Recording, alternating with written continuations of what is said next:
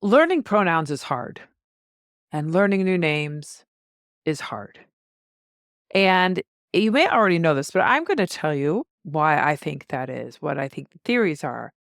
And I began to realize what makes it so hard very early on. The first time I ever knew of somebody who transitioned, they were assigned female at birth, and so had been to me using she pronouns is what we had used for them, and then told us their truth, amazing, and identified as male and asked to be called he, him, his. Okay. I tell you this because at some point in my learning to use the new and correct pronouns for this person, I realized that in my brain, I constantly was afraid to utter the word she, her, or hers. And it really came to me one time when I was talking about my mom, who identifies as a woman. And I was talking about my mom, and I was just about ready to say she, and my brain stopped me.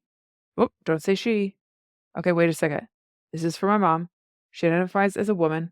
It's okay to use she. Okay. And then I said my sentence. So I had that pause and then I said my sentence. And it was doing this because I was like, wow, I'm just stopping myself now. Anytime she's going to come out of my mouth, just to be sure I'm not saying it at the wrong time. And this is where I began to really think about why this is so hard and what our brains have to go through to learn a new name and pronoun. So here is my theory. When we know somebody and we use their name and we use their pronouns, it is very subconscious. Like we don't have to consciously think before we speak. Do I use she? Do I use he? Do I use they? Do I use something else? We just have an association, a neural pathway in our brain that's like we see this face and this is the name that goes with it. We see this person and this is the pronoun that goes with it. Now, pronouns are even a little bit more so in the sense that our brain tends to have a schema, an idea of like, if I see these things, my brain associates these characteristics, this, as we've learned, gender expression, how the things that we see, the clothing, the hair, the makeup or no makeup, the body or facial hair, no body or facial hair, whatever that is, our brain sees certain characteristics and it subconsciously associates it with he or she. And I'm not including they there because I don't think most of us grew up training our brains for they. That's something that hopefully many of us are doing now for those that we don't know, but that's not the way I would offer most of us grew up. So our brain has this neural pathway. If we know the person, the face is associated with the name so that when we think of the face, that name pops out of our mouth without consciously having to think, what's that person's name? And if you think about when you meet a person for the first time, that is what it sounds like. Like, what was their name? Was it Rachel or Rebecca? Was it Kristen or Kirsten or Christina? Was it Shannon or Sharon or Shayna? Like, whatever, that's more conscious. But once you create that neural pathway, once you learn it, it's like face, name, boom, boom. I don't have to consciously question myself on it. And then pronouns are similar, face, name, but also for people we don't know, most of our brains have a schema where it's like if I see these characteristics, I'm going to apply she or he to them.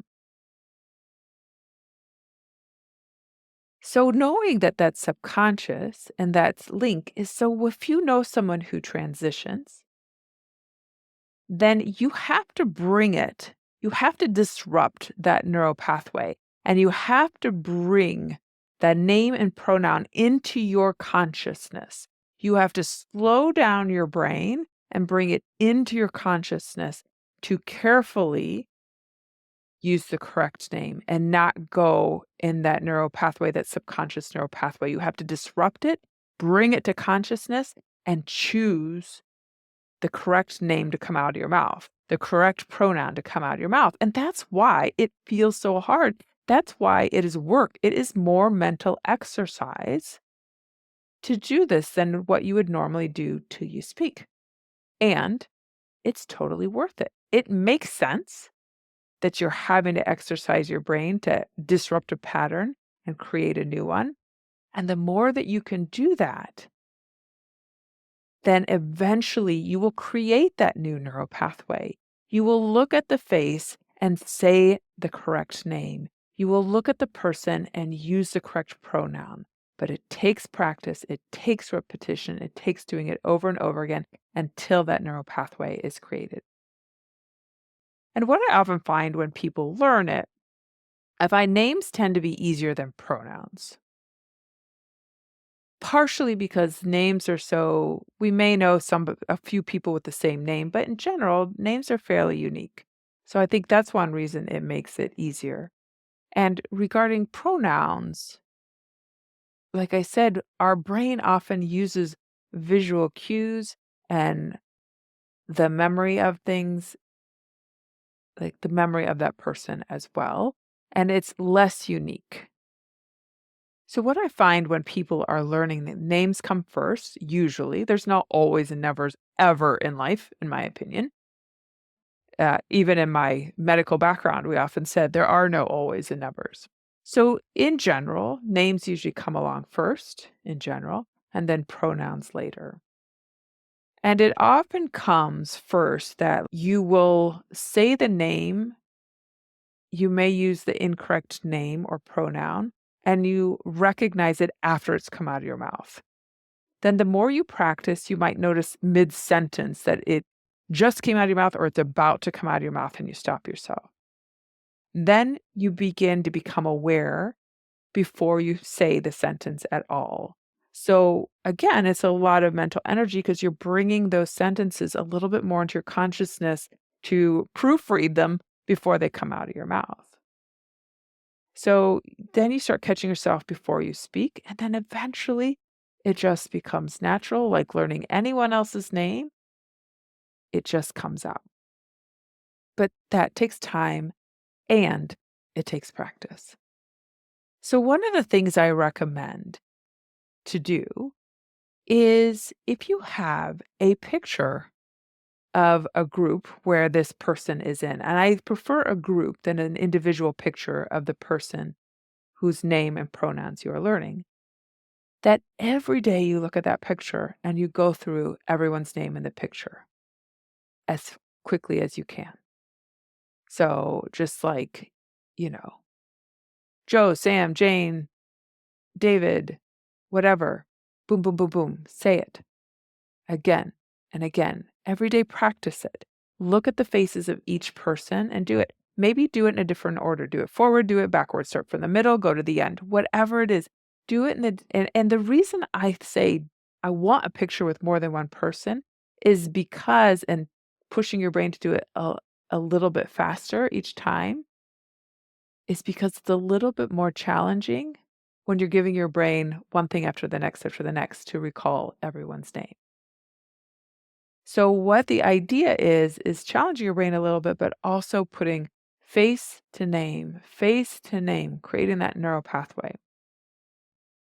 Especially consider this if the person you often associate with another person, like Abbott and Costello. Okay, I'm probably dating myself. Let me think of a more a more current famous combination.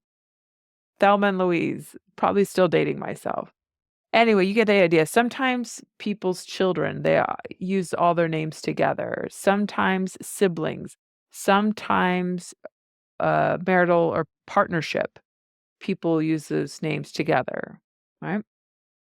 Like Michael and Shannon, like those names. So if this person you often associate or use their name in combination with other people, that's especially one to practice a picture that has that other person that you often put them together with, if that makes sense, I hope.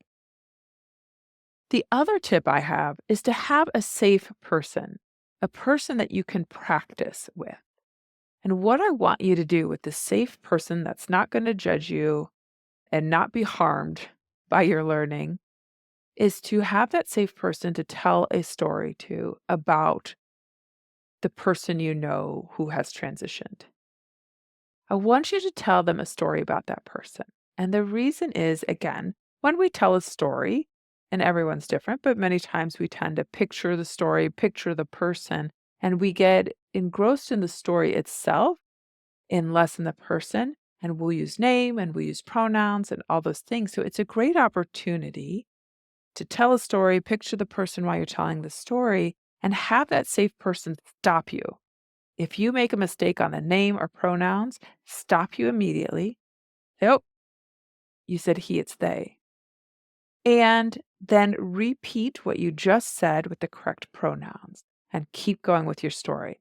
Anytime you make a mistake, have them stop you. Repeat what you just said with the correct name, with the correct pronouns.